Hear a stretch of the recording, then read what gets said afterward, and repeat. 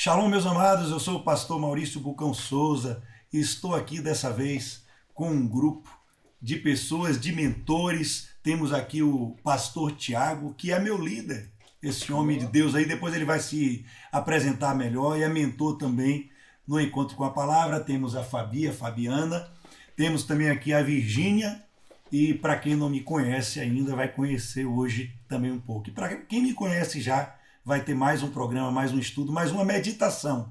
Dessa vez num clima harmonioso, num clima tranquilo aqui, falando numa linguagem que todos possam entender e participar. Mas a gente quer agradecer antes ao pessoal da HCJB, que além de ser parceiro, nos ofereceu esse espaço aqui para a gente poder transmitir. O pessoal do Desfrute Deus, Jesus para Crianças, Praticantes, e a igreja no qual eu sou pastor, que é a Igreja Cristo em Nós, que fica lá na Bahia. Tá bom? A gente está aqui em Curitiba e vamos lá. Eu falei, você sofre? Por quê? Porque o tema de hoje é justamente sobre sofrimento. Jesus, ele veio numa hora dizendo que o ladrão vem senão para matar, roubar e destruir. Mas eu vim para que tenham vida e vida em qualidade e vida em abundância. Mas no mundo tereis aflições, tereis perseguições, terei todos esses sofrimentos, mas tem de bom ânimo. Eu venci o mundo. Jesus veio para trazer uma vida em abundância. Mas se tem uma promessa que vai se cumprir, é o sofrimento. Não tem um que passe por essa vida que não passe por momentos de sofrimento, por momentos de tribulações. Então, não adianta orar dizendo para não vir sofrimento, porque ele vem. E nem precisa cobrar essa promessa aí, porque ela vem sem você orar. Mas o tema de hoje vai ser como... Deixa eu olhar aqui. Diga aí, Tiagão, qual é o tema de hoje? Razões, né? Umas 30 razões que acontecem que o povo sofre, né? As 30 razões por que o povo de Deus sofre.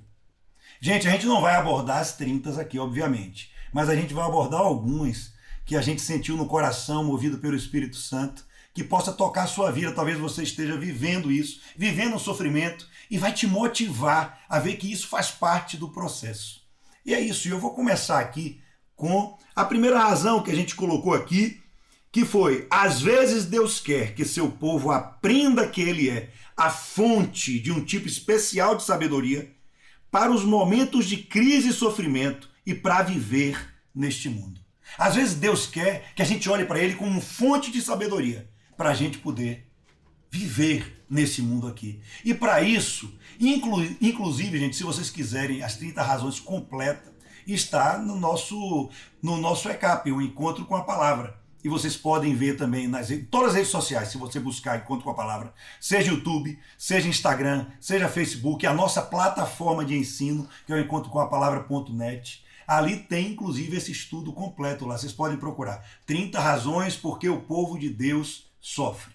E essa razão aqui, ele embasa no livro de Tiago 1, 2 a 8, que vai dizer assim: meus irmãos, considerem motivo de grande alegria o fato de passarem por diversas provações, por diversos sofrimentos, pois vocês sabem que a prova da sua fé produz perseverança, e a perseverança deve ter ação completa, a fim de que vocês sejam maduros e íntegros, sem lhe faltar alguma coisa. Já eu continuo do versículo 5, porque vocês percebam que quando ele começa: tenham por motivo de grande alegria o fato de passarem por provações, sabendo que a provação da fé que vocês têm produz perseverança. Ou seja, a provação é da fé.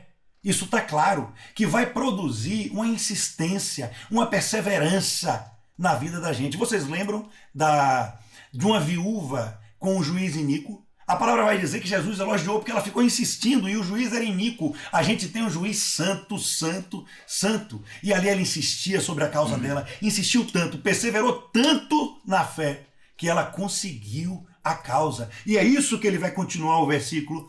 No versículo 5 aqui vai dizer: se algum de vocês tem falta de sabedoria, a gente pensa que uma coisa não tem nada a ver com a outra, mas a gente tem que ter sabedoria para entender isso. Peça a Deus, que a todos dá livremente de boa vontade, e lhes será concedida.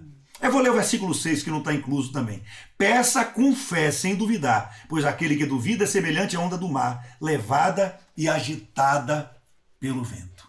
Amados, a sabedoria, ela é essencial.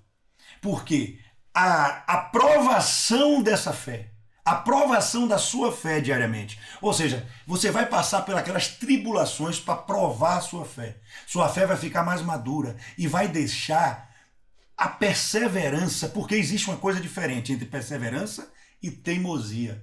Teimosia é quando a gente insiste em algo que não é de Deus. Uma frase muito falada é: que seus sonhos se realizem. Olha, feliz aniversário, que todos os seus sonhos sejam realizados. Não. Sonhos realizados que a gente insiste. Não desistam dos seus sonhos. Se não fizer propósito de Deus, se não fizer parte do propósito de Deus, é teimosia. Agora, quando faz parte do propósito de Deus, é perseverança.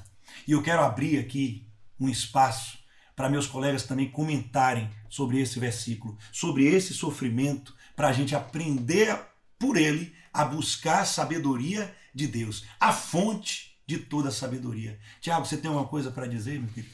Eu acho muito interessante, e estávamos até conversando antes de começar a gravação, né? Que há essa perspectiva de se aprender na caminhada e uma perspectiva de sabermos que a nossa vida é como uma escola. E a cada passo que nós damos, e por certo, a cada prova e luta que nós passamos, nós vamos aprendendo, né? Nós temos um professor maravilhoso chamado Espírito Santo de Deus. E ele vai gerando em nós ações e reações. E essas provas e essas lutas que muitas vezes passamos nos gera maturidade. E essa maturidade vai nos dando mais fé, mais perseverança e uma crença de que vai passar. Vai passar, né? Porque em Cristo somos mais que vencedores.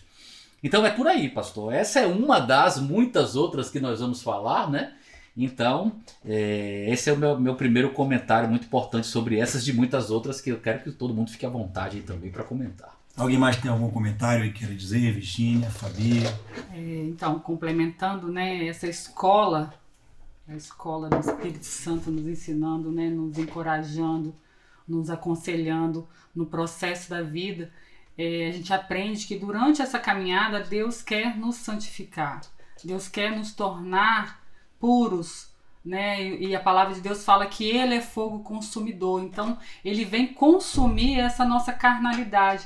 Então muitas vezes nesse processo de sofrimento nós estamos sendo purificados pelo processo do Senhor nas nossas vidas, nos purificando mesmo. Lá em Hebreus está escrito, Ele é fogo consumidor.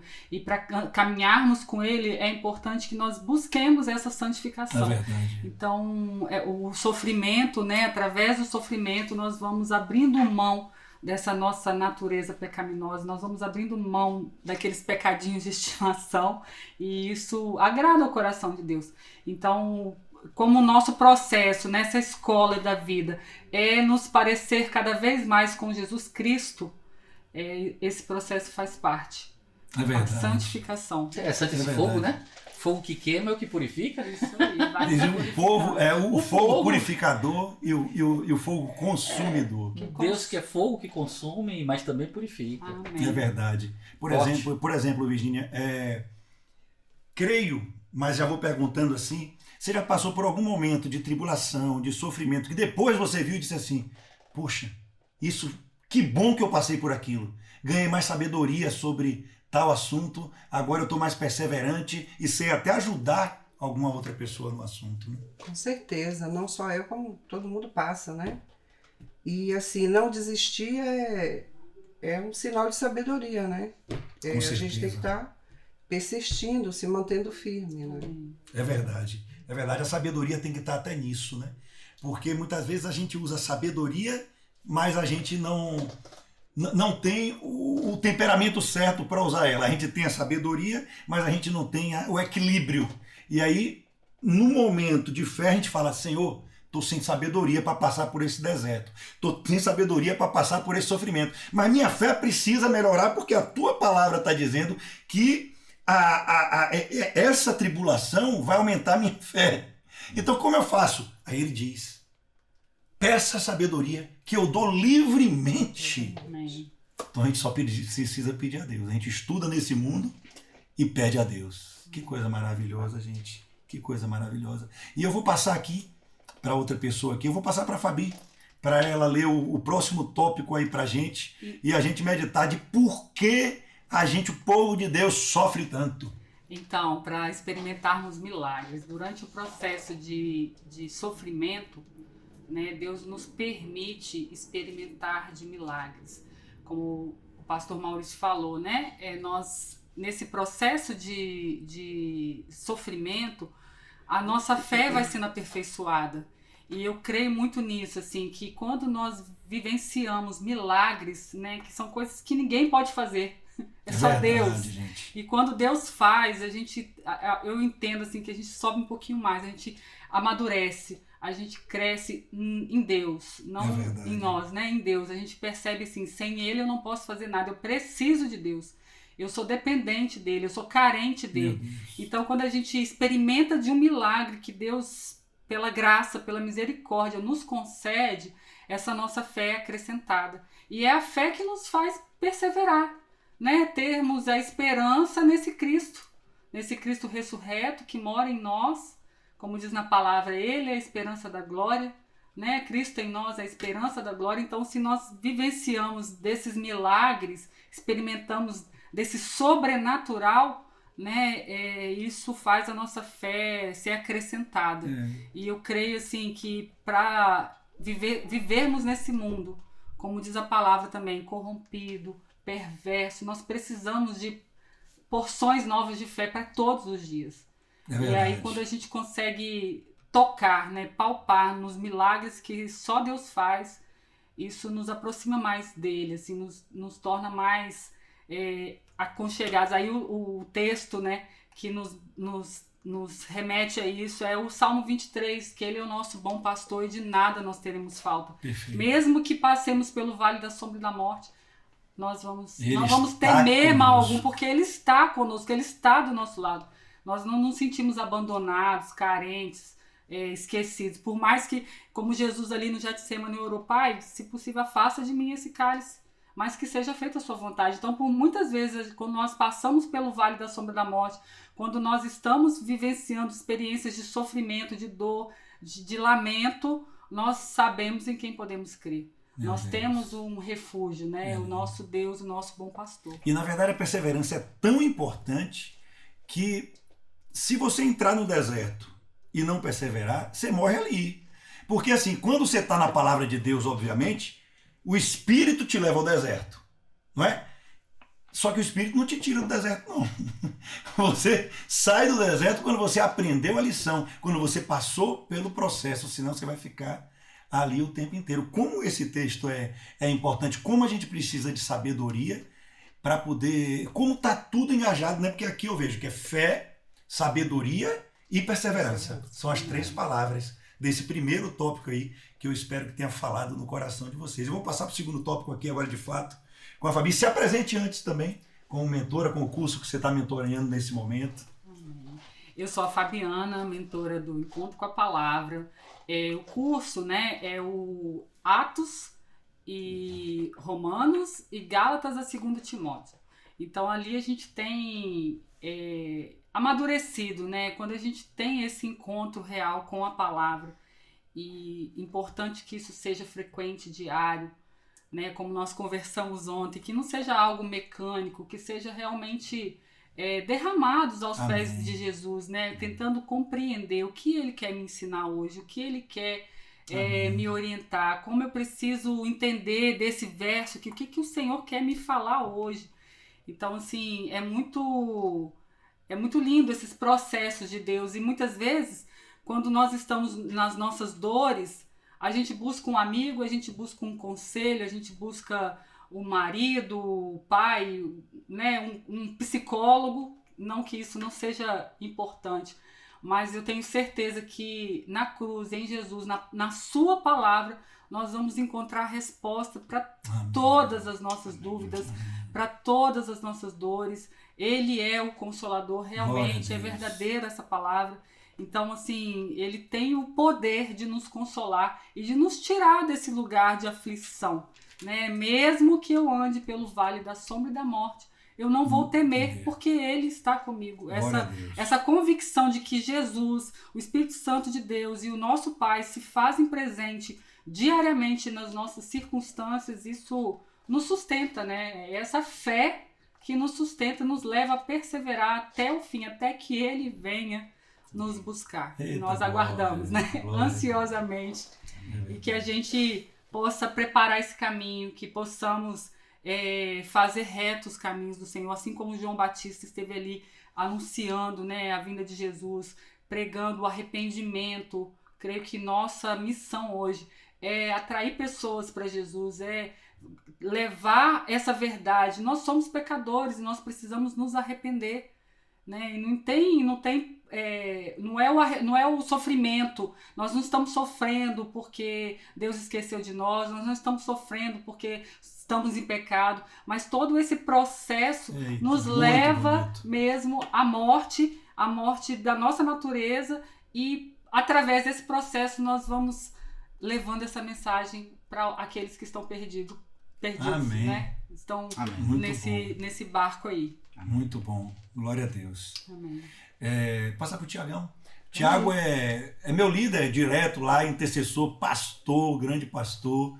E ele agora vai dar uma palavra aqui para a gente também sobre o sofrimento. Por que você sofre tanto? Por que eu sofro tanto? É melhor a gente mudar e dizer assim, para quê? Para onde é que você quer me levar, Jesus? Vamos lá, Tiagão. Primeiro, destacar que o que nós estamos falando tem bem detalhado em um dos cursos que é Jó Cântico. Né? Nossa, a lição 49, ela fala muito bem sobre isso. E a lição 50 também ainda faz os comentários, então é muito importante todos que estão ouvindo aí a gente, assistindo, né? Que um dos nossos cursos da plataforma, que foi dito aqui, Jó Cântico, na lição 49 a gente pode ter, eles podem ouvir a lição, estudar, né? E ter por completo tudo que a gente está comentando aqui e tal. E nessa lição, uma das coisas muito interessantes também que eu vi é um Deus que quer ensinar o seu povo. A gente percebe que sempre Deus está gerando ensinos. E um desses ensinos é saber muito bem discernir essa diferença dos tesouros terrenos e tesouros que nós teremos no céu. Então uma perspectiva muito joia que a gente pode relatar é a gente começar aqui na Terra, ter essa vivência, esse entendimento, que a nossa base maior é saber que existe algo no céu para nós. E o que estamos aqui é uma fase. Infelizmente hoje na nossa sociedade muita gente mata e morre pelo dinheiro, pelos tesouros terrenos, né? E aí veio à minha mente um verso interessante, 2 versos, que é em Mateus 6, 33 e 40, que é razoavelmente conhecido entre os irmãos. Sim. Que diz assim: buscai, pois, primeiro primeiro lugar o reino de Deus e a sua justiça, e todas essas coisas, demais coisas, serão acrescentadas a vocês. Portanto, não se preocupem com amanhã, pois o amanhã trará suas próprias preocupações. Basta a cada dia o seu próprio mal. Primeiro, é como se a palavra dissesse: olha, eu quero dizer uma coisa aqui em primeiro lugar. Por que em primeiro lugar? Com certeza nós temos as nossas prioridades, né? Por certo, algumas pessoas têm em primeiro lugar pagar as contas. Alguém tem em primeiro lugar bater a meta do trabalho. É verdade. Né? Outros têm em primeiro lugar ter uma promoção. A visão daquilo mundo. Então, outros têm em primeiro lugar conquistar uma viagem desejada em si. Verdade. Mas o texto já começa, olha, você tem os seus primeiros lugares, seu primeiro lugar, porque vocês têm as suas prioridades. Mas eu quero destacar algo para vocês. Dentre tantas prioridades que você tem, e que é normal nós buscarmos essas prioridades das coisas, mas diante de todas elas, priorize algo principal: o reino de Deus. E aí a gente começa a perceber que a proposta de se buscar primeiro ter essa prioridade, eu tenho que entender que a minha prioridade, diante das prioridades que eu tenho, é que eu tenho que buscar esse Deus e esse reino. E aí eu tenho que buscar essa palavra, eu tenho que buscar ter uma vida de oração, eu tenho que buscar ter uma vida de santificação, eu tenho que buscar ter uma vida em ser justo, correto, íntegro. Mas o que me dá um destaque muito interessante é que ele não fica só no reino de Deus. E ele diz o reino de Deus e a sua justiça. E esse I é um conectivo muito forte na Bíblia. Muito forte o I, porque o I requer uma reflexão maravilhosa. Né? Se eu dissesse hoje assim, olha, eu ou o pastor Maurício, nós vamos para o estúdio. Se eu digo que eu ou o pastor Maurício vamos para o estúdio, eu estou fazendo aqui uma exclusão. Eu não posso ir com o pastor Maurício. Ou o Tiago vai, ou o pastor Maurício vai. Mas se eu disser eu e o pastor Maurício iremos, não há ruptura. Ambos estão certos que irão. Então quando a Bíblia diz e usa esse conectivo "e", não dá para ter o reino de Deus sem a justiça. Porque ele diz buscar o reino de Deus e a sua justiça. Ou seja, o reino de Deus não pode ser desassociado do processo de ser justo. E de se buscar é interessante, que é como você encontrasse, mas não parasse. O buscar é uma continuidade do processo. Então a minha vida vai ser uma busca de duas grandes coisas que tem que ser a minha prioridade, que é o reino de Deus e a justiça. E muitas pessoas estão buscando o reino de Deus, mas não são justos nas suas contas a pagar, não são justos muitas vezes no que falam, no que dizem, não honram a sua palavra, e esse reino perde a sua força, porque não há um testemunho da vivência do reino. Então é muito jóia quando a gente pode testemunhar, porque não só ler e estudar, mas a minha praxis de vida, a minha prática de vida gera... É como se eu fosse um livro aberto. Né? É como se a minha vida fosse um livro aberto, a minha caminhada fosse um livro aberto. E aí ele não para por aí não. Ele diz, né, buscar, e repito, pois em primeiro lugar o reino de Deus e a sua justiça, e todas as coisas serão acrescentadas a vocês. Aí a Bíblia fala algo para mim maravilhoso. A Bíblia chama do que a gente luta, do que a gente briga, do que tira o nosso sono, do que a gente passa a vida tentando conquistar, de uma palavra muito simples, mas poderosa: coisa. É como se a Bíblia minimizasse. É lindo isso. É como se a Bíblia literalmente rebaixasse. Né? Brigamos às vezes por um título, a Bíblia chama de coisa. Brigamos por ter uma conta bancária vantajosa, a Bíblia chama de coisa. Lutamos por décadas por uma casa, a Bíblia chama de coisa. Lutamos para ter um carro, lutamos para ter uma projeção, a Bíblia chama de coisa. E aí a Bíblia para e diz: olha, o que você está lutando como deveria para o reino, você está fazendo para as coisas. Inverte a ordem. Essa luta, essa busca, essa conquista vai para o reino, sabe por quê? Porque tudo isso que eu chamo de coisa, eu posso te dar. Mas eu posso te dar quando o teu coração, quando a tua mente, o teu corpo estiver no reino e na justiça. Amém. E aí Deus faz um pacote e diz todas as coisas. É lindo, né? Então, ou seja, existe uma perspectiva que eu sempre digo, não é que você não vai projetar, não é que você não vai estudar, eu já estou orando para minha terceira faculdade, eu acho que não é isso. Não é que você vive uma vida abençoada, não é isso. É só saber, a tua prioridade diz aonde está o seu coração. É verdade. A sua prioridade diz onde está o seu anseio, o seu deleite, o seu prazer. Então parece que a perspectiva bíblica é essa, né? E não terminou não, porque a gente vai pegar ainda o 34. Manda ver. Então no verso 3:34 ele diz assim: portanto. Então quando a Bíblia para no portanto, é como se dissesse assim, ó, dá uma respirada. Reflete. Quando você viver isso, quando você entender isso, quando isso for forte para você, quando isso for expressivo para você, quando isso você conseguir meditar, quando isso você conseguir entender e viver, vai acontecer algo sobrenatural. Você não se preocupem com o amanhã, pois o amanhã trará suas próprias preocupações. Basta a cada dia o seu mal. A gente percebe que o século que nós vivemos, existem 3 problemáticas muito grandes, né?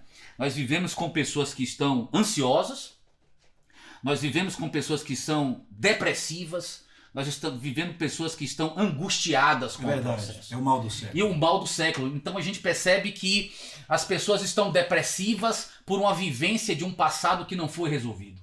As pessoas estão estressadas porque o seu presente está levando consequências muito fortes. Elas não estão sabendo lidar com o seu presente. E elas estão ansiosas, já imaginando o que pode haver no futuro. E a Bíblia diz que eu sou o Deus de ontem, de hoje e de eternamente, do amanhã. Ou seja, não se preocupe com o seu passado, o seu presente, o seu futuro. Mas tenha uma maravilhosa perspectiva. Se você estiver vivendo o reino, e se você estiver vivendo a justiça, existe um Deus da graça. Existe um Deus do amor. Existe um Deus da provisão, existe um Deus do cuidado, existe um Deus do carinho, existe até um Deus da justiça, e essa justiça faz com que venha sobre nós a honra. E tudo isso vai ser feito. Então amanhã pode haver os seus problemas, mas não se preocupe não, porque no próprio amanhã vai ser resolvido. É verdade. Porque existe um Deus que honra quem coloca em primeiro lugar o reino. E existe um Deus que honra quem vive o reino com a sua justiça. Então eu percebo aqui que a gente começa a perceber que essa busca de tesouros terrenos não fica sendo simplesmente uma preocupação minha. A minha maior preocupação é como eu vou acrescentar no céu. É como eu vou gerar pessoas para o céu, a minha casa, a minha família, a minha vida. E esse céu, vendo essa honra para ele, simplesmente é como se descesse os tesouros aqui na terra. E a gente vai viver uma vida de graça, de prosperidade. E algo muito interessante, pastor. Eu acho que já estou começando a tomar o tempo demais. Não, vamos lá. Não, algo muito interessante, concluindo, interessante. é que eu estava na igreja e o pastor falou sobre dupla honra. E eu fiquei imaginando, cara, dupla honra é eu ter e dobrado. E ele disse, dupla honra não é você ter dobrado. Dupla honra é você ter a honra de ter e compartilhar o que você tem. Ou seja, você recebe uma honra de Deus e você compartilha com essa pessoa essa honra e você está vivendo dupla honra. A honra de receber e a honra de dar, porque é melhor dar do que receber. Que coisa. E quando a gente recebe os tesouros, a gente gera tesouros no céu, a gente recebe tesouros aqui na terra e tem a dupla honra, que é a honra de receber e a honra de dar. Então eu acho que é uma das coisas interessantes essa diferença de tesouros terrenos e tesouros do céu. Amém? Amém. Que coisa linda. E eu estava lembrando aqui, não queria esquecer de nenhum para compartilhar, porque a gente está vivendo hoje, fala assim, e é por isso que o povo sofre tanto, porque ele busca o que não deveria buscar. Aí ele vai buscar coisas efêmeras, e Jesus Cristo disse tudo isso, né? As traças vão comer, e vou juntar em celeiro, vou fazer tudo isso, e o que era para buscar, que daria todas essas coisas, não faz. Ou seja, muitos hoje em dia estão vivendo o contrário. Coloque essas coisas aí em primeiro lugar, e o reino de Deus lhe será acrescentado. E isso é em verdade, até uma das frases que mais eu abomino, que me dá agonia, é quando alguém diz assim, poxa, fulano é tão bom, ele é tão bom, faz caridade, faz tudo aquilo, só falta Jesus. Só falta, então ele não tem nada, falta tudo. Falta tudo na vida dele. E aí, só para exemplificar, e eu dar a palavra também para elas duas comentarem também, é interessante porque tinha uma pessoa lá na igreja, na qual eu sou o pastor, e ela estava sempre, sabe, aquelas pessoas que vão sempre querendo profecias em várias igrejas, né? Não importa se é profecia, se é certa ou não é certa. Então, onde dissesse assim, você vai receber um carro, você vai receber a cura do seu câncer, tudo isso é lindo, Deus pode dar, mas são coisas. E a pessoa quer viver aquilo. Aí eu pergunto, tudo bem, foi bom o culto, né? Foi bom demais, foi quente. Eu falei, você recebeu isso que...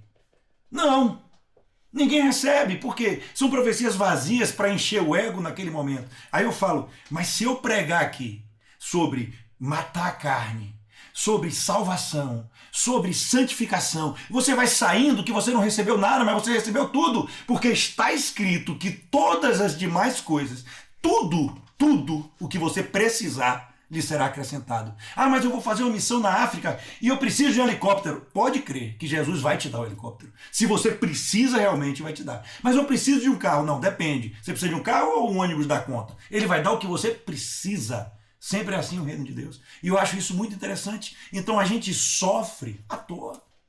E já viu às vezes o testemunho, pastor? Às vezes a gente está num lugar e as pessoas contam o testemunho mais dos tesouros da terra do que dos tesouros do céu. Olha, eu tinha um carro, eu tenho 2. Eu não tinha uma casa, eu tinha, né? E é interessante que quando essas pessoas contam testemunhos terrenos, as outras pessoas também podem contar. Então, se você acha que recebeu uma casa, tem gente que tem 4, 5. E que não tem Deus. E não tem Deus. Se você tem um carro, tem gente que não tem Deus, tem 4, 5. Então, nosso maior testemunho é: eu mentia, mas agora eu não minto mais. Eu não era justo, mas agora eu sou justo, né? Eu não honrava a minha família, mas agora eu honro. Eu era um homem que tinha muitas mulheres, agora eu sou um homem de uma mulher só. Eu não criava os meus filhos no Senhor, agora eu crio. Eu não li a palavra, agora eu leio. Eu menti, agora eu não minto. Então é esse testemunho que o mundo não pode dar.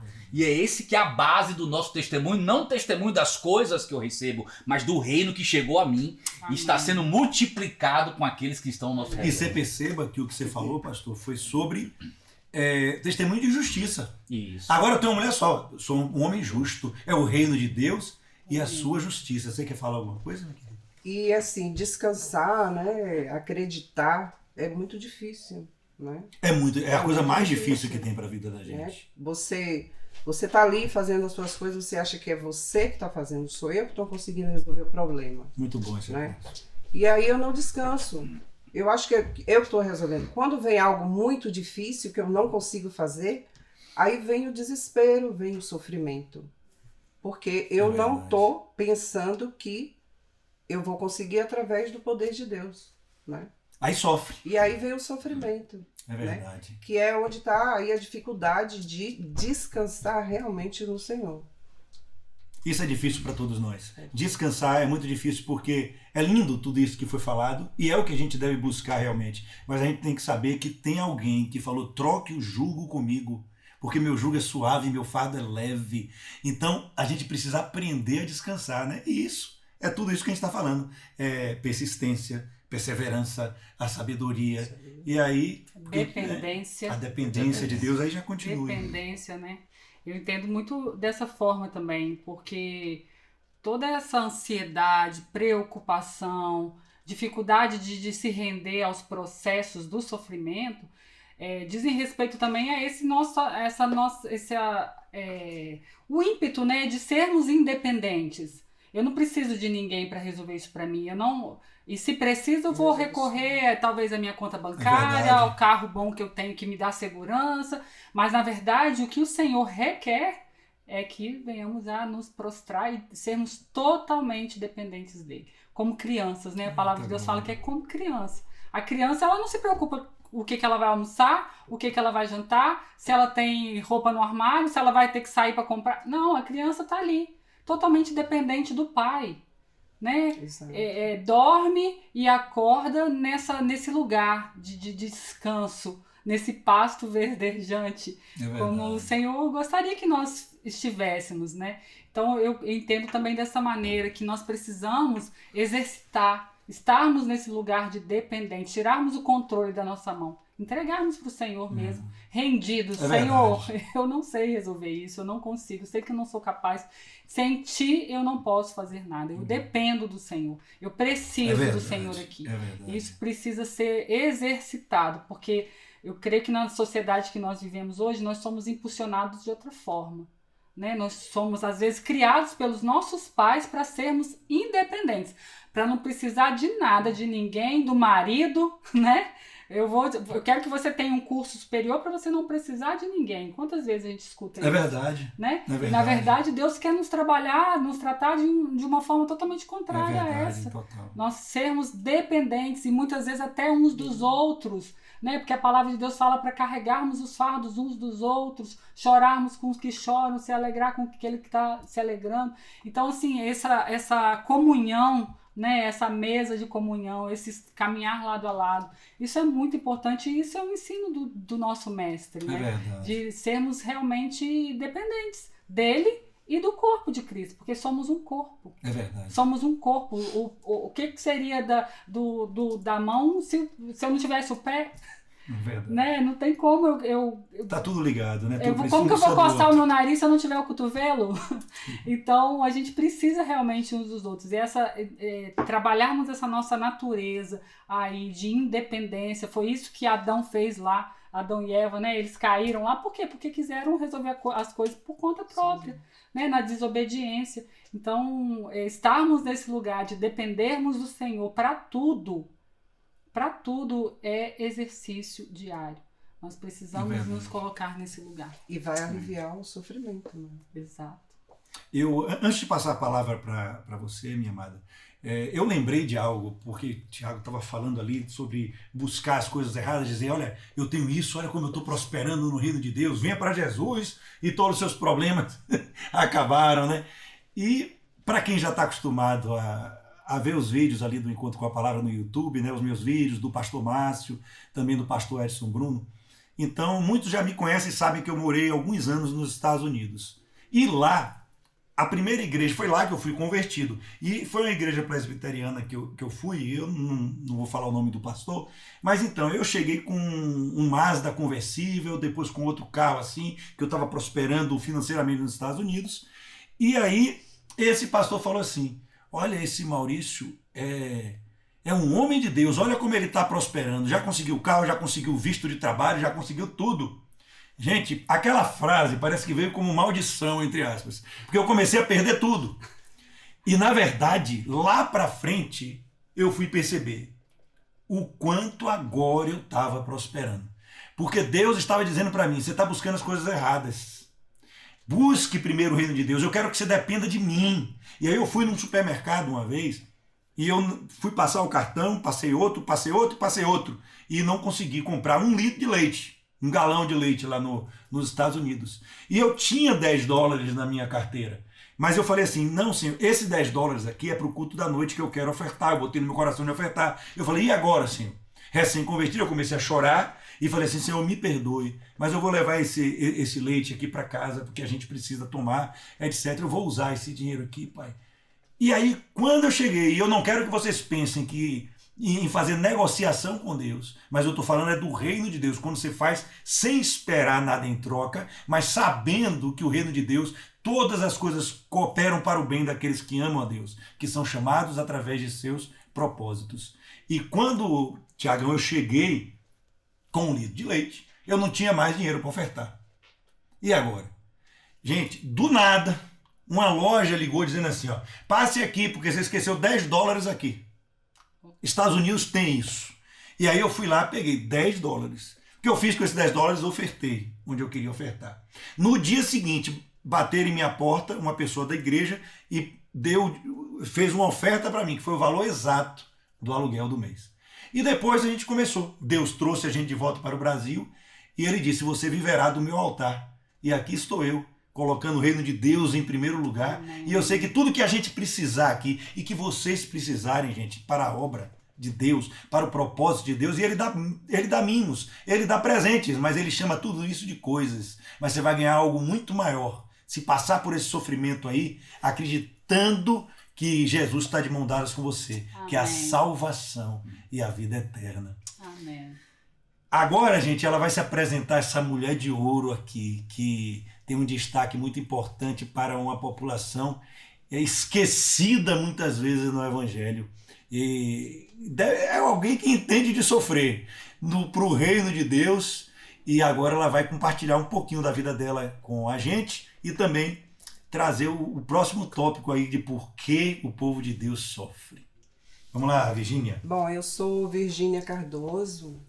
No ECAP eu trabalho diretamente com a comunidade surda, né, que é uma comunidade que é menor, mas nem por isso tem a sua grandeza, né?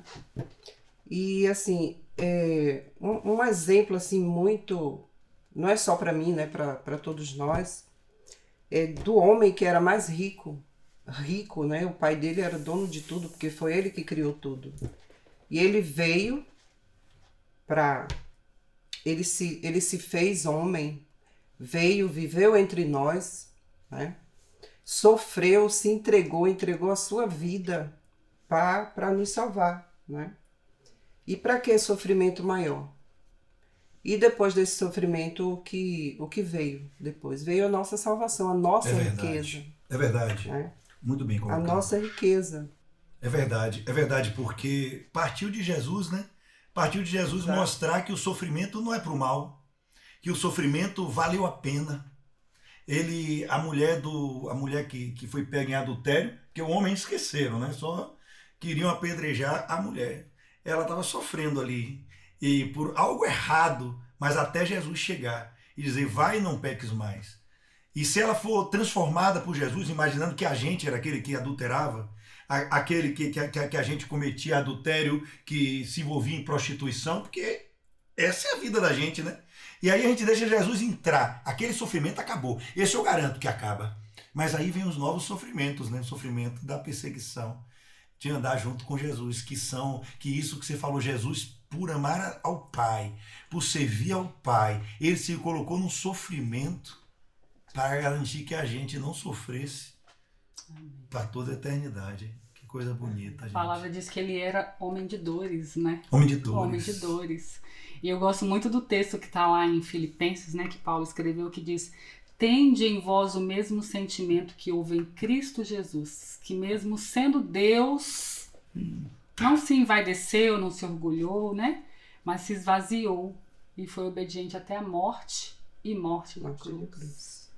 Então, assim, esse caminho de dores, muitas vezes nós precisamos realmente nos submeter, nos sujeitar a esses processos, que quando vem a gente quer sair, né? A gente quer deixar a mochila para trás e ir embora, sair correndo.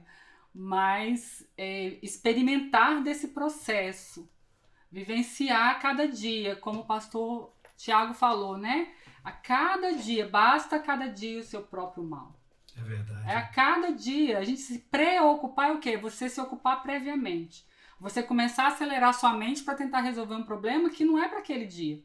Naquele dia você tem que passar pelo processo, né? Então, assim, não que seja fácil, mas é um desafio e nesse desafio nós somos aperfeiçoados, né? Nós somos forjados, nós somos tratados ao ponto de nos tornarmos cada vez mais semelhantes ao nosso Mestre, né? A Jesus Cristo.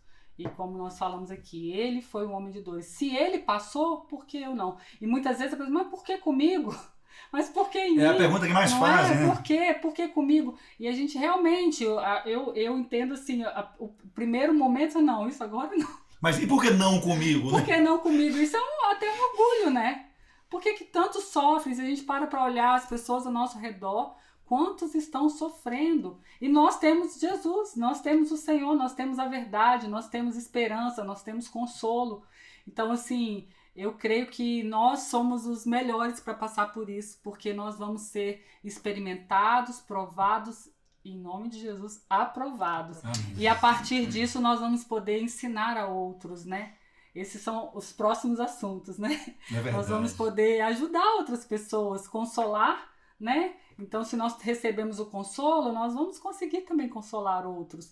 Se nós aprendemos nessa lição, nós vamos poder ensinar os outros ali nos seus processos, né?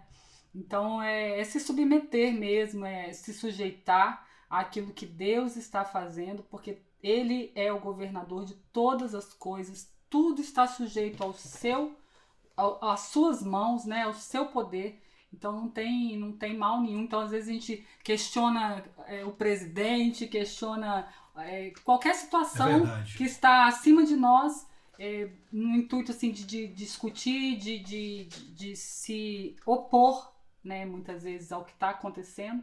E esse não é o nosso lugar, né? O Senhor falou, aprendei de mim que sou manso e humilde de coração. Então nesse processo a gente vai sendo amansado, né? É verdade. A gente vai sendo amansado e vai quebrando, né, essa vaidade, esse orgulho, porque também é através de mim, né? Também é através de mim. Isso aí, né, gente? Tem alguma coisa para dizer desse ponto aí, Tiagão? Muito bom. Muito bom mesmo. Gente, ainda tem mais tópicos aqui que a gente vai falar sobre isso aí. E no final a gente vai arrebatar aqui, sempre cristocentricamente, se é que existe essa palavra.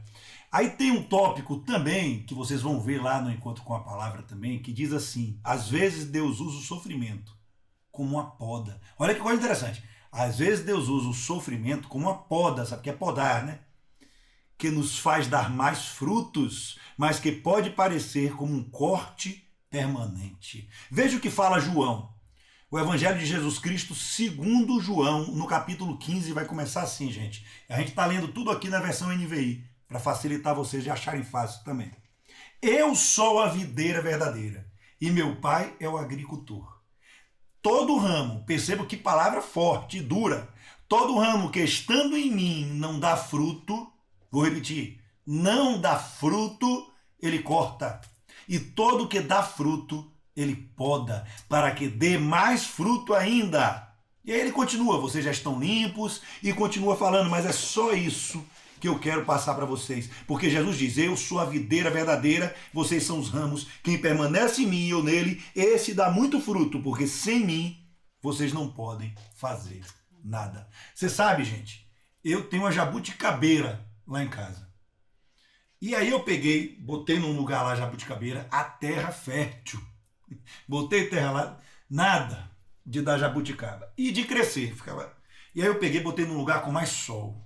E aí comprei mais fertilizante, comprei mais terra, gastei uma dinheirama. E aí ela foi só caindo, assim, aí ficando baixinha, troncou de nada de dar a jabuticaba. E aí, há uns 2 meses atrás, meu pai, com 80 anos de idade, médico, e é importante dizer isso, porque não tem nada a ver com agricultor, ele foi lá em casa me visitar. Aí a gente estava lá, comendo alguma coisa, às 10 horas da manhã, ele fez assim, era num domingo, ele fez, meu filho, você tem uma tesoura de poda aí? Eu falei, não tenho nada disso não. Tem uma tesoura de cozinha? Eu falei, tem uma aqui, tá amoladinha, toma aí, não vai desamolar, ainda deu uma dura nele, rapaz. Ele pega a tesoura e sumiu.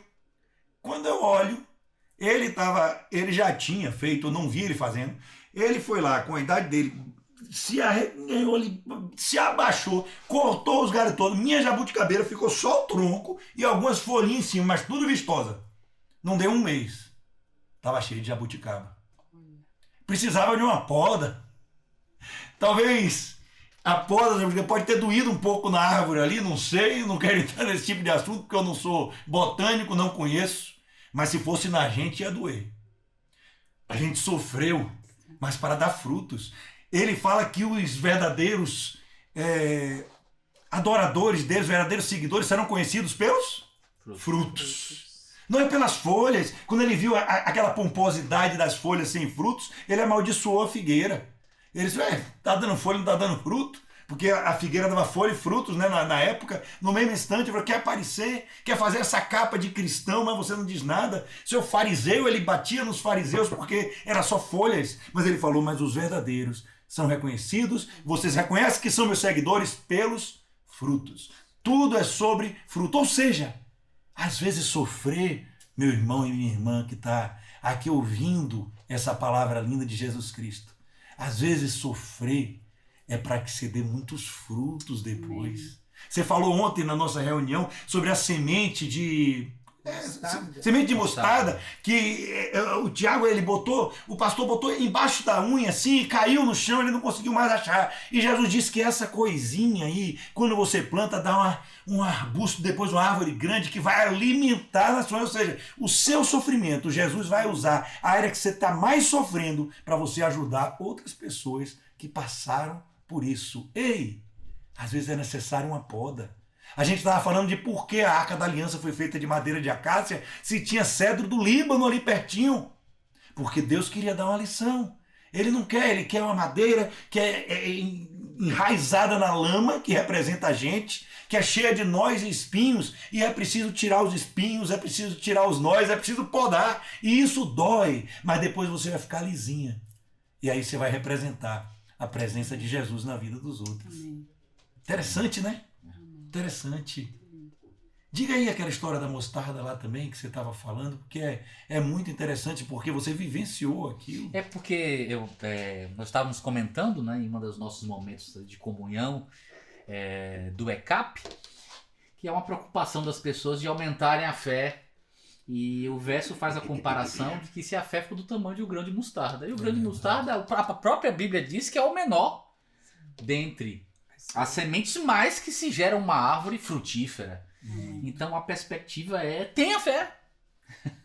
Tenha fé. Tenha fé, né? Não se preocupe, simplesmente tenha fé, porque a fé, a perspectiva é de crer. É de acreditar no impossível, no invisível, no improvável.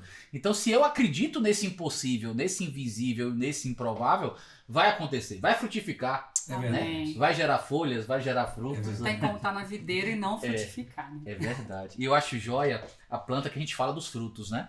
Mas o que eu vejo também, quando a Bíblia fala de frondosa, a gente tem que lembrar da sombra. Né? Porque a sombra gera, o fruto alimenta, mas a sombra gera esse conforto, gera um refrigério, né? Você tá no sol, eu vivo na região do Nordeste quente, então de repente você para numa sombra, gente, é um descanso que dá. E né? aquele que habita no esconderijo do Altíssimo. A sombra do Onipotente. A sombra gera um descanso, Meu a sombra Deus. gera um conforto. Né? É muito jóia, apesar de que a Bíblia fala de outra sombra, então nós temos duas sombras aí importantes, né? E o salmista fala sobre a sombra da morte, aí é outra problemática, né? A gente fala uma sombra da árvore, que gera o conforto e gera a tranquilidade, mas a sombra da morte é muito interessante, porque os animais passavam pelo vale guiados pelo seu pastor. E de repente os animais olhavam e viam nas rochas, nas laterais do vale, né, que tem as rochas dos montes, eles viam que entre uma rocha e outra, entre uma árvore e outra, havia uma sombra. E esse animal deixava de ver o pastor, olhava para a sombra e o rebanho passava e ele ficava na sombra. Na sombra da rocha, na sombra do vale. E existiam lobos que estavam aguardando os animais, as ovelhas, deixarem de olhar para o pastor, deixarem de caminhar com as ovelhas para descansarem na sombra. Então essa sombra é perigosa, porque quando o rebanho passava e o pastor passava, essas ovelhas eram comidas pelo lobo. Então é por isso que nós falamos, a Bíblia fala da sombra da morte, né? Mas essa sombra não é de morte não, essa sombra é de descanso, conforto, de alívio, né? Da graça de Deus. Amém. Que coisa maravilhosa. Alguém mais tem outro tópico aí? A Fabi, eu acho que trouxe outro tópico. O Thiago falou. Eu trouxe um tópico muito interessante. Um aqui pra gente finalizar. Eu trouxe um tópico muito interessante, aonde o povo de Deus muitas vezes passa pelo sofrimento como um preparo para voltar. Como um preparo para se redirecionar. Como um caminho de reflexão na perspectiva em que ele se analise aonde estava, como ele se perdeu, mas existe um pai de braços abertos. Muito interessante isso. E é um texto razoavelmente conhecido. No livro de Lucas, capítulo 15, é um versículo longo, mas nós vamos resumi-lo aqui. Aonde todos conhecem pelo filho pródigo. Né? E a Bíblia fala algo maravilhoso, que Jesus dá essa lição. Então, se Jesus conta um texto, sempre quando Jesus conta um texto, uma história, essa história está carregada de ensinamento. É verdade. Não é verdade? É verdade. E como Jesus gosta muito eu costumo falar que eu não sou um pregador, sou um contador de histórias, porque eu quero ser igual a Jesus. Amém. Por isso. Então, Amém. contar histórias é lindo, porque eu começo a me ver nessas histórias, né? Então, a Bíblia, Jesus disse que, olha, um homem tinha 2 filhos, e aí o mais novo chama o pai e diz assim: pai, olha, eu quero a minha parte da herança. E a gente começa a perceber, mas peraí, que história é essa? O filho quer a herança do pai, o pai vivo? O filho está reivindicando Queria que o pai tivesse morto. de um direito financeiro do pai pai vivo. Então a gente começa a perceber que esse filho se agoniou. Ele não esperou nem o pai morrer, mas ele estava tão desejoso, tão ambicioso, tão desesperado pelo patrimônio familiar, que ele não diz assim: pai, será que dá tempo repartir comigo e com meu irmão? Né? Será que eu posso usufruir de algum bem entre os teus bens? Não. O filho simplesmente disse: olha, eu quero a minha herança, eu quero o que é meu. Mas primeira coisa, esse filho não tinha direito a nada porque o pai estava vivo. Não existe herança de pai vivo. É verdade, com certeza. Né? Ele não tinha direito a herança nenhuma. Mas é incrível que a Bíblia diz que o pai aqui não diz nada e simplesmente a Bíblia diz assim: ele repartiu sua propriedade entre eles. Olha só. Como existiam 2 filhos, o verso começa, então o pai, que era justo, disse: olha, então se é para antecipar essa herança, eu vou antecipar com quem tem direito, mesmo não tendo o devido direito. Mas como é uma antecipação, então esse pai chamou o filho, o outro filho, não é? Porque a Bíblia fala que esse era o mais novo, então além de dar para o mais novo que reivindicou, o pai também chegou para o mais velho e repartiu. E aí em Lucas 15, 13 diz assim: não muito tempo depois, o filho mais novo reuniu tudo que tinha e foi para uma região distante, e lá desperdiçou os seus bens vivendo irresponsavelmente. Então a gente percebe que esse filho, ele já foi irresponsável, pedindo a herança no momento sem direito, com o pai vivo. Isso. E não obstante, recebendo aquele valor muito grande, meio sem ter uma gestão daquilo, simplesmente deve ter pensado, olha, é minha oportunidade, eu vou aproveitar a vida. O mundo tem isso, né? O mundo acha que aproveitar a vida é gastar o que tem. O mundo acha que aproveitar a vida é festa, é boate, é bebida, é prostituição, né? E eu costumo dizer, trabalhando com jovens, que todos nós temos vazios. O vazio chega a todos nós, né? É um ente querido que morre, é uma decepção de que alguém falou algo que nós não falamos de nós, que gerou algo em nós, né? É uma circunstância difícil, né? São palavras que ouvimos e não desejamos, são situações que nós passamos e nunca esperamos passar, são frustrações que temos de pessoas que tínhamos como motivadores. Mas o problema, gente, não é termos o vazio. O problema é quanto tempo nós vamos permitir que esse vazio exista e com que nós vamos preencher o vazio. Com que vai ser preenchido esse vazio? Eu acho que essa é a maior problemática da sociedade. Ela não entende que a palavra de Deus pode preencher esse vazio. Ela não entende que Cristo pode preencher esse vazio. O vazio da gente diz que é infinito. E só Jesus Cristo pode preencher. Que é como um rio, né? Que vai gerando. Ele não entende que o Espírito Santo pode gerar, louvores pode gerar, adoração. Né? A meditação da palavra de Deus pode gerar. Um conselho de alguém cheio do Espírito pode gerar. E esse homem com esse vazio gasta tudo irresponsavelmente. E aí o verso 14, depois de ter gasto tudo, houve uma grande fome naquela região e ele começou a passar necessidade. Ou seja, uma pessoa que estava morando bem, comendo bem, vivendo bem, com toda a expectativa possível, irresponsavelmente busca algo que o pai acaba cedendo, divide até com o irmão mais velho, e agora ele não tem nada. O mundo é assim, né? As pessoas têm, acham que tem, e você viu que ele não tem do pai. A gente tem uma juventude muitas vezes que não trabalha, vive de mesada, mas acha que tem, né? A roupa que veste não foi fruto do trabalho, o carro que tem não é ele, e usa coisas que não tem nexo muitas vezes, e acha que tem alguma coisa. E a gente entra até na lição anterior, né? É uma pessoa que buscou as coisas. Isso. É uma pessoa que achou que as coisas iam resolver o problema, e agora nem as coisas mais tem, perdeu tudo. Até as coisas perdeu. Por quê? Porque não buscou o reino e não buscou a justiça. Então nesse processo, o lugar que ele estava passa fome, e aí ele foi se empregar numa cidade, numa região, no campo, e que tinham muitos porcos. E aí a gente entra num processo etimológico, num processo cultural, religioso, onde o judeu tinha o porco como animal imundo. Isso. E naquele contexto o pai, a família nunca iria trabalhar. E porque aquelas pessoas da região tinham esse contexto, era o único cargo que sobrou. Era o único emprego que sobrou, que seria algo rastejante para alguém fazer, que ia de encontro aos princípios. Então foi a única vaga que ele teve. E ele foi, mas ele não foi simplesmente para a vaga mais deprimente do processo religioso e cultural dele, não. Além de ter essa vaga deprimente, ele não tinha o que comer.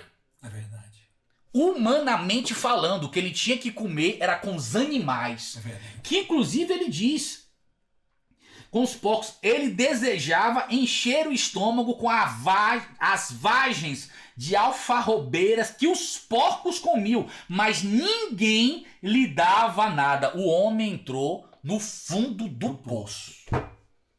Que além de não ter mais a herança, não tem mais direito de herança, porque ele já estourou tudo. Não tem mais o dinheiro. O emprego deprimente. Agora, que emprego é esse em que nem comida eu tenho? É verdade. Ele chegou ao ápice da humilhação, o ápice da vergonha, o ápice do desprezo, o ápice da imoralidade humana, religiosa e... enfim... E aí, depois que esse jovem mais novo entrou em todo esse contexto de miséria, de fome, de escassez, aí a Bíblia diz no verso 17, Lucas 15, 17, caindo em si. Aí entra o tópico da lição. Tem pessoas que só caem em si quando chega a crise. O sofrimento. Tem pessoas que só caem em si quando chega o sofrimento. O cair em si é o nível da reflexão. O cair em si é o nível de buscar entender. Que é necessário. Que é necessário. O nível do caindo em si é eu começo a ter os porquês. E aí ele cai em si. E ele diz, verso 17, Lucas 15, 17. Quantos empregados de meu pai têm comida de sobra e eu aqui morrendo de fome? Ou seja, eu estava vivendo num lugar de prosperidade. Quantos empregados, pai empresário, próspero, que abençoava pessoas, que gera renda, gera prosperidade, gera lucro, fomenta isso com as famílias. E de repente um filho tira todos os olhares do que o empreendimento poderia gerá-lo no futuro de prosperidade e começa a olhar para os seus prazeres, para as coisas da carne. E perde tudo que tinha direito. Ele começa a refletir aonde estava, quem o pai era, quem poderia ser, aonde ele está agora, porque não tem nem comida de sobra, ele está morrendo de fome, mas acontece algo interessante no verso 18, Lucas 15, 18. Eu me porei a caminho e voltarei para o meu pai e lhe direi, pai, pequei contra o céu e contra ti. Aqui começou o caminho de volta. Amém. E o caminho de volta Amém. Começa com arrependimento. Amém. O caminho de volta começa com uma reflexão. Tem que ter o caído em si. Todos nós temos que cair em si. Todos nós temos que refletir o que éramos e o que Deus fez. Todos nós temos que refletir os nossos erros, as nossas falhas, as nossas limitações. E aí caiu em si. E caindo em si, há um arrependimento. E caindo em si, há um novo direcionamento. Que não é mais, eu vou aproveitar o que meu pai tem e construiu e vou viver a minha vida. Não. Nesse arrependimento agora, ele diz, primeiro, eu vou me colocar no caminho. Meu Deus. O meu sentido agora vai mudar. E o arrependimento é mudança de vida, mudança Aquele de caminho. Que se arrepende, deixa. Aquele se arrepende. Então, olha, eu vou mudar o caminho. Mudança de caráter. Eu vou mudar. O meu caminho não vai ser mais da prostituição. O meu caminho não vai ser das más amizades, das más influências. Eu vou mudar o meu caminho. Segunda coisa, eu vou voltar para o meu pai. Eu vou voltar para a minha estrutura familiar. Eu vou voltar para as minhas raízes. Amém. Eu vou voltar para os meus valores, as minhas crenças. Eu vou voltar para o entendimento que... Eu vou voltar para a estrutura empresarial que eu estava. Amém. Eu vou voltar para a bênção da família. E ele continua, porém o caminho, voltarei para o meu pai. E aqui eu tenho que decretar, eu tenho que assumir, eu tenho que verbalizar, eu tenho que reconhecer. Pai, pequei contra o céu e contra ti. Então no arrependimento há confissão de pecado. E ele diz, olha, além de pecar contra o meu pai, que eu pequei contra a minha família, eu desonrei o meu pai, desonrei a minha família aqui na terra, mas o meu pai do céu também fiz isso. E aí ele completa dizendo, não sou digno de ser chamado teu filho. Trata-me como dos teus empregados. E aí no verso 20 diz assim, a seguir, ou seja, logo depois, imediatamente, levantou-se e foi para o seu pai. Ou seja, além do arrependimento, houve a atitude. Além do arrependimento, houve atitude. Então, quando a gente cai em si, tem que ter arrependimento e atitude. A prática do reconhecimento, a prática que eu tenho que consertar. E aí é interessante que no verso 20 diz, a seguir, levantou-se e foi para a casa do seu pai. E estando ainda longe, seu pai o viu e cheio de compaixão, correu para o seu filho e abraçou e o beijou. Que coisa linda o verso 20, gente.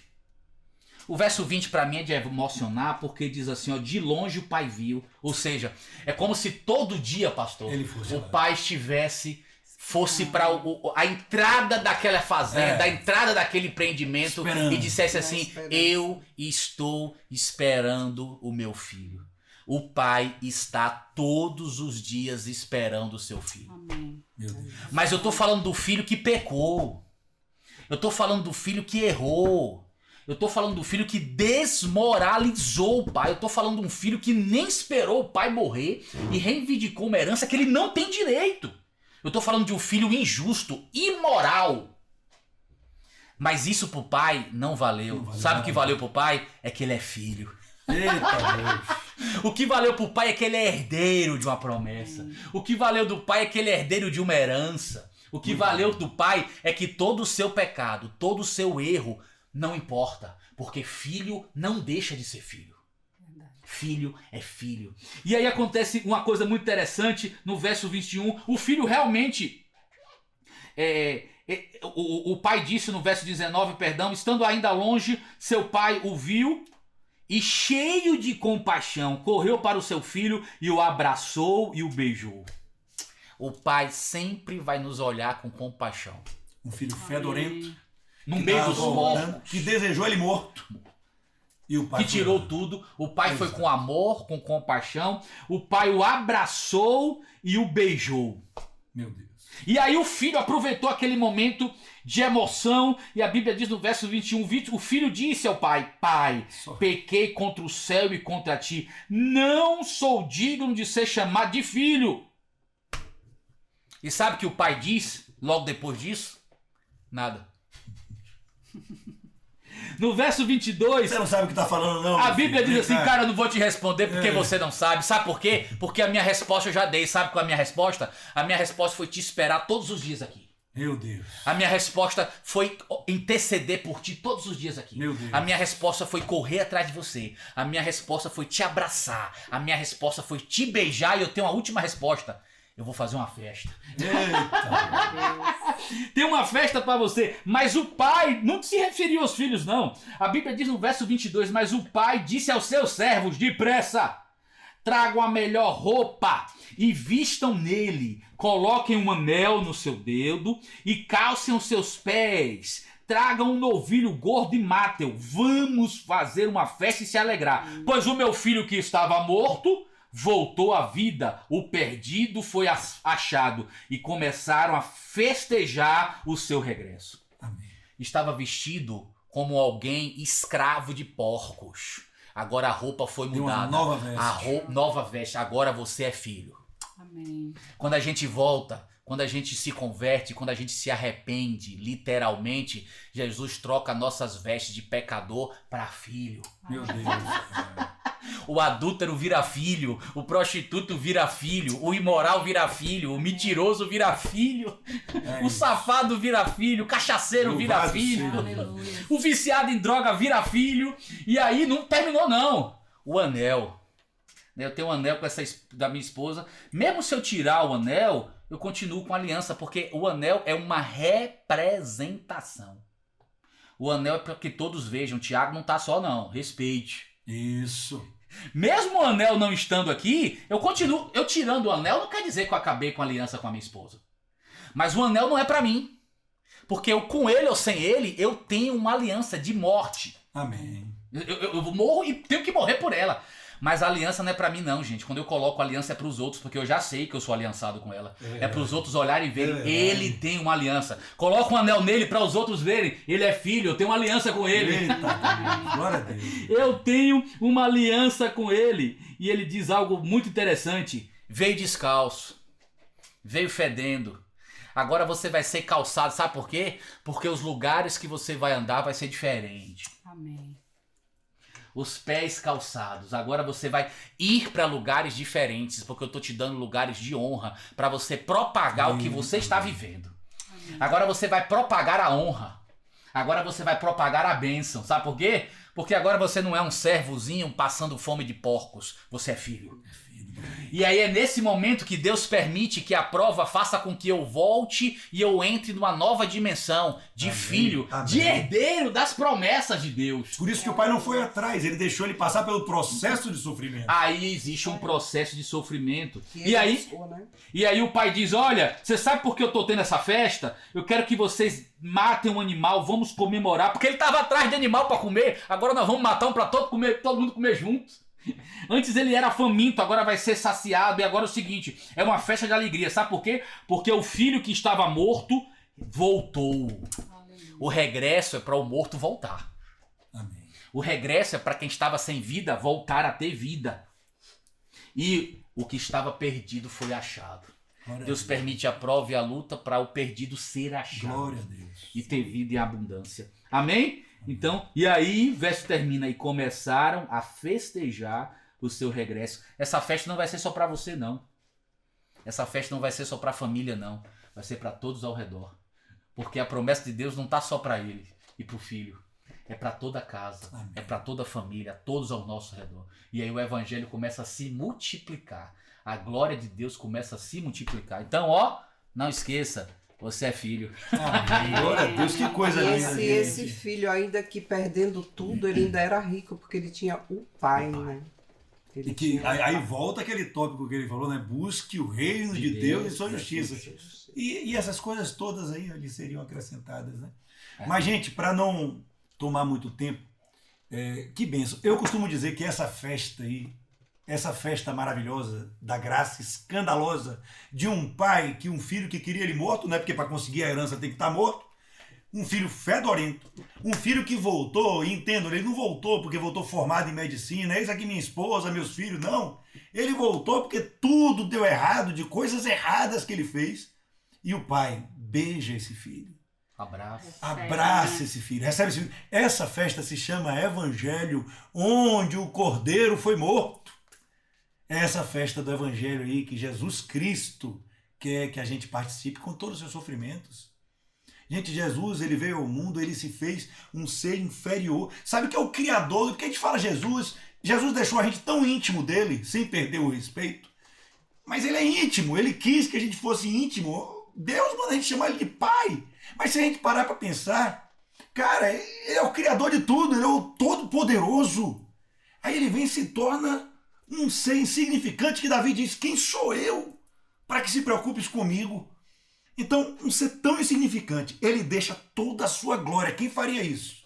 E vem para a terra para sofrer. Aí eu entro no que a amada irmã Virgínia falou, para sofrer por nós. A palavra diz que ele aprendeu pelo sofrimento, pela obediência. Ele era 100% homem, gente, e 100% Deus. Ele andou, ele sofreu e morreu de uma maneira que não queira passar por isso. Além de ser o único momento em toda a eternidade das eternidades que não eram mais três. Foi o único momento que separou a Trindade. Era Jesus de um lado, Espírito e Deus do outro. E ele se sentiu ali naquela cruz e ainda com aquele pecado todo, com aquele sofrimento todo, ainda vai dar conselho para um ladrão? Ainda vai apaziguar o coração de um ladrão? Cara, não se preocupe não. Não se preocupe com o seu sofrimento, não. Você vai estar hoje ainda comigo no paraíso. Eu não conseguiria fazer isso. E aí depois ele ainda vai olhar para o povo e se compadecer do povo. Pai, perdoe-os, porque eles não sabem o que fazem. Esse cara que sofreu por mim e por você. Qual o sofrimento que você está passando, meu irmão e minha irmã? Qual o sofrimento que a gente está passando, grupo do Encontro com a Palavra? Que a gente pode dizer que é o verdadeiro sofrimento comparado com o sofrimento de Jesus. Como é a frase que Paulo diz? Porque esse leve e momentânea aflição, né? Tribulações, aflições, sofrimentos, não se podem comparar com uma glória que a mim será revelada. Com a glória que em mim será revelada. Vamos pegar essa glória? Sabe o que eu queria fazer com vocês que estão sofrendo? O pastor Tiago aqui vai orar por você que está sofrendo e a gente vai encerrar aqui essa conversa que eu espero que tenha chegado no vosso coração. Amém? Estenda suas mãos onde vocês estiverem e receba essa oração. Amém. Meu Deus e meu Pai, em nome de Jesus, muito obrigado por esse momento, Senhor. Muito obrigado pela Tua presença, pelo Teu Espírito Santo. Amém. Muito obrigado por essas reflexões que nós fizemos aqui, baseados na Tua Palavra. Muito obrigado pelo Teu amor, pela Tua graça e pelo reconhecimento que nós temos, que nós somos filhos e temos um Pai. Nós temos o Espírito Santo de Deus, Consolador sobre as nossas vidas. E através da Tua Palavra, nós podemos ser renovados, restaurados, justificados, direcionados. Podemos entender, viver, podemos ser aquilo que o Senhor tem desejado para nós. Amém. Pai, queremos te pedir que possamos viver os teus sonhos, os teus planos e as tuas promessas, Senhor. Te agradecemos por esse momento e que cada ouvinte, que cada telespectador de tudo isso que foi dito aqui, que foi refletido aqui, que possa haver cura, libertação, Amém. transformação, Amém, restauração e que o teu nome possa ser glorificado em cada vida, Amém. em cada família, em cada ministério, em cada chamado. Amém. Para que em tudo, Pai, verdadeiramente em tudo, o teu nome, exclusivamente o teu nome seja glorificado. Amém. E muito obrigado por essas reflexões, Pai. Te pedimos que as tuas promessas, os teus sonhos e planos sejam reais para as nossas vidas. Amém. E que o nosso espírito possa estar alinhado com o teu espírito. Para que tenhamos a sensibilidade de ouvir e viver a tua voz para o louvor da tua glória. Essa é a nossa oração em nome do Pai, do Filho e do Espírito Santo. E a igreja diz? Amém! Glória a Deus! Gente, vocês têm algo a acrescentar? Tá perfeito. Tá perfeito? Então, que o amor de Deus Pai, a graça infinita de nosso Senhor Jesus Cristo e as ricas consolações do Espírito Santo recaiam na vida de todos, hoje e para todos sempre. Amém! Amém. Glória a Deus!